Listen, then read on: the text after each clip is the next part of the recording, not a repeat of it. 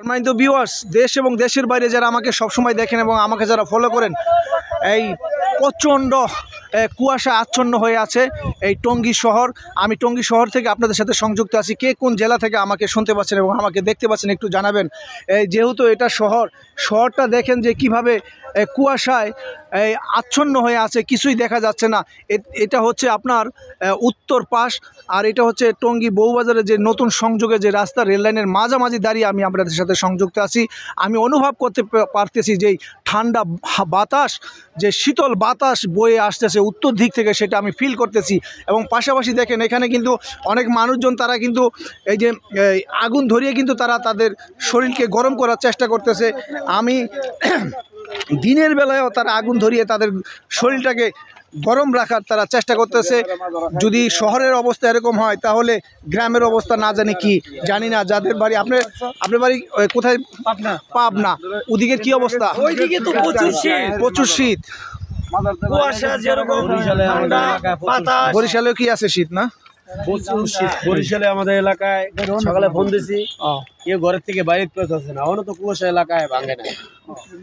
দেখেন দিনের বেলা তারা কি, আমি একটু নেই, আমার হাতটাও ঠান্ডা হয়ে গেছে। প্রচণ্ড এই যে ঠান্ডা বাতাস, শীতল বাতাস অনুভব করতে পারতেছি। আসলে গরম পায়ে পেলে কার না ভালো লাগে, আমার একটু আরাম লাগতেছে, একটু আরাম পাচ্ছি। দেখেন এই যে দিনের বেলাও তারা আগুন ধরে আনন্দ করতেছে এবং শরীর গরম রাখতেছে। এটা আসলে গ্রামে কিন্তু আগে প্রচুর হতো এই ধরনের, না? এখন শহরে আইসা পড়ছে। এটা শহরের মানুষ আগুন ধরায় তাদের শরীরটাকে গরম রাখার চেষ্টা করতেছে। সম্মানিত, শীতের কাছে মামাতো ভাই, খালাতো ভাই নাই, মানে শীতের কাছে জুয়ানি চলে না, শীতের কাছে শক্তিমান চলে না, শীতের কাছে জুয়ানি চলে না।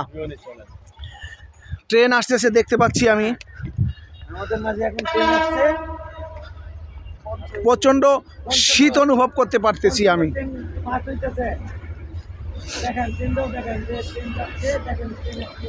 ওয়াও,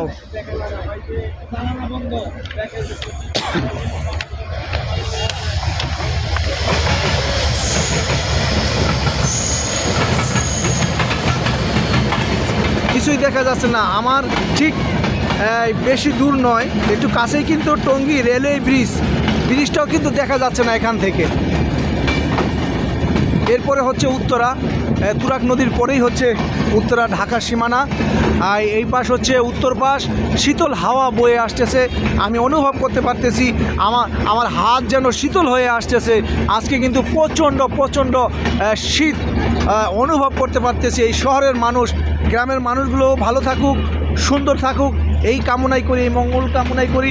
এবং যার অবস্থান থেকে আমরা যেন গরিব মানুষের পাশে দাঁড়াই, যারা গরিব অসহায় তাদেরকে গরম কাপড় দিয়ে বা যেভাবে পারি আমরা সহযোগিতা করব। এই সহযোগিতার হাত বাড়িয়ে দিয়ে, মানবতার হাত বাড়িয়ে দিয়ে আমরা মানবতার জন্য অবশ্যই নিজেকে বিলীন করে দিব। দেশ এবং দেশের বাইরে যারা আমাকে সব সময় দেখেন, আমাকে যারা ফলো করেন, সকলকে ধন্যবাদ জানিয়ে বিদায় নিচ্ছি। ভালো থাকবেন, আল্লাহ হাফেজ।